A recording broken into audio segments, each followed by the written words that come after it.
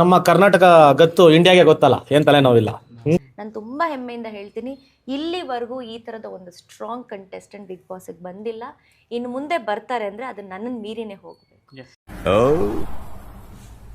ಭ್ರಮೆ ಸರ್, ಹಾಗೆ ಅಶ್ವಿನಿ ಅವ್ರ ಕಡೆಯಿಂದ ನಿಮ್ಗೆ ಅವರು ತಂಡದ ಕಡೆಯಿಂದ ಅಥವಾ ಅವ್ರ ಗುಂಪು ಕಡೆಯಿಂದ ನಿಮ್ಗೆ ಬೆದರಿಕೆ ಕಾಲ್ಸ್ ಎಲ್ಲ ಬಂದಿರುತ್ತೆ. ಸೊ ನೀವು ಸರಿ ಕರೆಕ್ಟ್ ಆಗಿ ಆನ್ಸರ್ ಮಾಡಿರ್ತೀರಾ. ಸೊ ಅದ್ರ ಅಭಿಪ್ರಾಯ ನಿಮ್ದು? ಮಾಡೋರ್ಗೆ ಆನ್ಸರ್ ಮಾಡ್ತಾರೆ. ಹೌದು, ಊರ್ ಜನ ಎಲ್ಲ ಯಾಕೆ ನಿನ್ ನೋಡ್ ನಗ್ತಾರೆ? ಬದುಕೋರ್ನ ಕಂಡ್ರೆ ಹಂಗೆ ಕತ್ಸ. ಈ ಊರ್ ನನ್ನ ಮಕ್ಕಳು ಬದುಕಿದ್ರೆ ಬಾಯ್ ಬಡ್ಕತಾರೆ, ಕೆಟ್ರೆ ಹೊಂಡ್ ಬಡ್ಕ ಅಷ್ಟೇ. ಹಾಗೆ ಸರ್, ಅಶ್ವಿನಿ ಅವ್ರು ಹೇಳಿರ್ತಾರೆ ಗಿಲ್ಲಿಗಿಂತ ಓಟ್ ನನಗೆ ಜಾಸ್ತಿ ಬಂದಿದೆ, ನಾನು ಮೆಜಾರಿಟಿಲಿ ಇದ್ದೆ, ಆದ್ರೆ ಮೋಸ ಮಾಡಿದ್ದಾರೆ. ಓಟ್ಸ್ ಅಂತ ನೋಡಿದಾಗ ನನಗೆ ಬಂದಿರೋಂಥ ಮಾಹಿತಿ ಪ್ರಕಾರ ತುಂಬ ಅಜಗಜಾಂತರ ವ್ಯತ್ಯಾಸ ಇದೆ. ಅವ್ರಿಗೆ ಬಂದಿರೋ ಓಟ್ಸ್ಗೂ ನನಗೆ ಬಂದಿರೋಂಥ ಓಟ್ಸ್ಗೆ ನಾನು ಹೊರಗಡೆ ಇಟ್ಬಿಟ್ರೆ I think I should be the winner. ಒಂದ್ಸತಿ ನಮ್ಗೆ ಗೊತ್ತಾಗಲ್ಲ ಸರ್.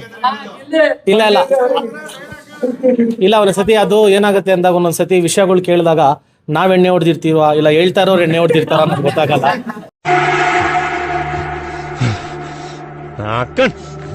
ಸೊ ತೊಂದ್ರೆ ಇಲ್ಲ, ಪಾಪ ಅವ್ರೇನೋ ಭ್ರಮೇಲೆ ಬದುಕ್ತಾರೆ, ಬದುಕಳ್ಳಿ. ಸೊ ಆ ಪ್ರೌಡ್ನೆಸ್ ನನಗಿದೆ. ಈ ಸಲ ಆದರೂ ಸುದೀಪಣ್ಣ ಹೆಣ್ಮಕ್ಳು ಕೈ ಎತ್ತುತ್ತಾರೆ ಮೇಲೆ ಅಂತ ನಾನು ಅನ್ಕೊಂಡಿದ್ದೆ, ಬಟ್ ನನ್ನ ಕೈ ಬಿಡ್ತಾರೆ ಅಂತ ನಾನು ಅನ್ಕೊಂಡಿರ್ಲಿಲ್ಲ. It's disappoint. ಸ್ವಲ್ಪ ಡಿಪ್ರೆಷನ್ ಅಲ್ಲಿ ಇದ್ದೀನಿ, ಸೀರಿಯಸ್ ಆಗಿ ನಾನು ಡಿಪ್ರೆಷನ್ ಅಲ್ಲಿ ಇದ್ದೀನಿ. ನನಗೆ ಆಗ್ತಾ ಇಲ್ಲ ಇರಕ್ಕೆ, ಒಂಥರ ಮರೆಯಕ್ಕೆ ಆಗ್ತಾ ಇಲ್ಲ. ಈ ತರ ಇನ್ಸಿಡೆಂಟ್ಸ್ ಆಯ್ತಲ್ಲ ನನ್ನ ಜೀವನದಲ್ಲಿ ಅಂತ. ಸರ್, ಗಿಲ್ಲಿ ಗೆದ್ದಿರೋ ಬಗ್ಗೆ ನಿಮ್ಗೆ ಏನ್ ಅಭಿಪ್ರಾಯ ಇದೆ? ನನ್ ತಮ್ಮ ಗಿಲ್ಲಿ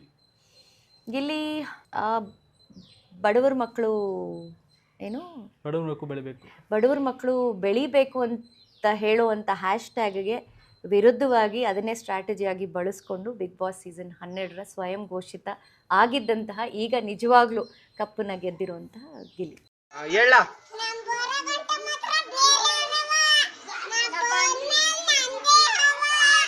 ಈ ಗಿಲ್ಲಿ ಲಕ್ಷಾಧಿಪತಿನ ಕೋಟ್ಯಾಧಿಪತಿನ? ನಾನು ಕೋಟ್ಯಾಧಿಪತಿ ಮೇಡಮ್. ಕೋಟ್ಯಾಂತರ ಜನರ ಪ್ರೀತಿ ಸಂಪನ್ನ, ಕೋಟ್ಯಾಂತರ ಜನರ ಪ್ರೀತಿ ವಿಶ್ವಾಸ ಅದನ್ನ ಸಂಪನ್ನ ಮಾಡಿದಿಲ್ಲ. ಕೋಟ್ಯಾಧಿಪತಿ ಮೇಡಮ್ ನಾನು. ಮಾತೇ ಇಲ್ಲ. ದುಡ್ಡಿನ ವಿಷಯಕ್ಕೆ ಬಂದಾಗ? ದುಡ್ಡಿನ ವಿಷಯಕ್ಕೆ ಬಂದಾಗ ಏನಿಲ್ಲ ಮೇಡಮ್. ಲಕ್ಷಾಧಿಪತಿನ ಕೋಟ್ಯಾಧಿಪತಿನ? ಯಾವ ಅಧಿಪತಿ ಏನಿಲ್ಲ ಮೇಡಮ್. ಏನೋ ಒಂದು ಅಧಿಪತಿ ಇರ್ತೀರಾ? ಏನಿಲ್ಲ, ಮಾಮೂಲಿ. ಇವಾಗ ಲಕ್ಷಾಧಿಪತಿನೇ ಮೇಡಮ್, ಯಾಕಂದ್ರೆ 50 ಲಕ್ಷ ದುಡ್ಡು ಗೆದ್ದಿದ್ದೀನಿ.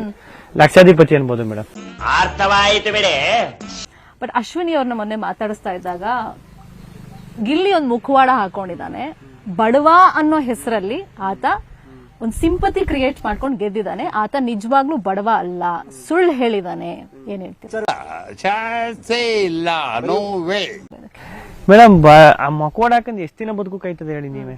1 ವಾರ 2 ವಾರ ಅಷ್ಟೇ ಮಕೋಡ ಹಾಕ ಬದುಕುದು. ಈಗ ಒಳಗಡೆ ಬಿಗ್ ಬಾಸ್ ಮನೆ ಒಳಗಡೆ 24 ಗಂಟೆ ಕ್ಯಾಮ್ರಾ ಓಡ್ತಾನೆ ಇರ್ತದೆ. ಲೈವ್ ಬೇರೆ ಇತ್ತು ಈ ಸರಿ.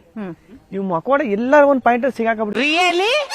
ಆತರ ಮಕೋಡ ಹಾಕ ಬದುಕಿದ್ರೆ ಆತರ ನನ್ ಬಡವ ಅಂತ ತೋರ್ಸ್ಕೊಬೇಕು ಗೊತ್ತಾಗ್ಬಿಡ್ತದೆ.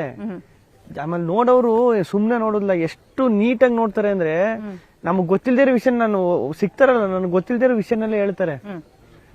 ಗೊತ್ತಿಲ್ದೇ ಇರೋದಲ್ಲ ನಾನು ಆ ಟೈಮಲ್ಲಿ ಇವ್ನು ಯಾವ ಮೂಡಲ್ಲಿ ಇದ್ದಾನೆ. ಈಗ ಒಂದ್ ಕಡೆ ನಾನು ಸುಮ್ನೆ ಬೀನ್ ಬ್ಯಾಗ್ ಅಲ್ಲಿ ಕೂತಿರ್ತೀನಿ, ಬರೀ ರಿಯಾಕ್ಷನ್ ನೋಡ್ಬಿಟ್ಟೆ ಹೇಳ್ತಾರೆ ಇವ್ನು ಏನ್ ಯೋಚನೆ ಮಾಡ್ತಾವನೆ, ಏನ್ ಯೋಚನೆ ಮಾಡ್ತಿರ್ಬೋದು ಅಂತ. ಹಂಗಿರ್ತದೆ. ಅಂತದ್ರಲ್ಲಿ ಎಷ್ಟ್ ದಿನ ಅಂತ ಮಕ್ಕಳ ಹಾಕ ಬದುಕೋಕಾಯ್ತದೆ ಹೇಳಿ? ಹೋರಾಟಗಾರ್ತಿ, ಛಲಗಾರ್ತಿ ಅಶ್ವಿನಿ. ಅಲ್ಲಲ್ಲಲ್ಲಲ್ಲಲ್ಲ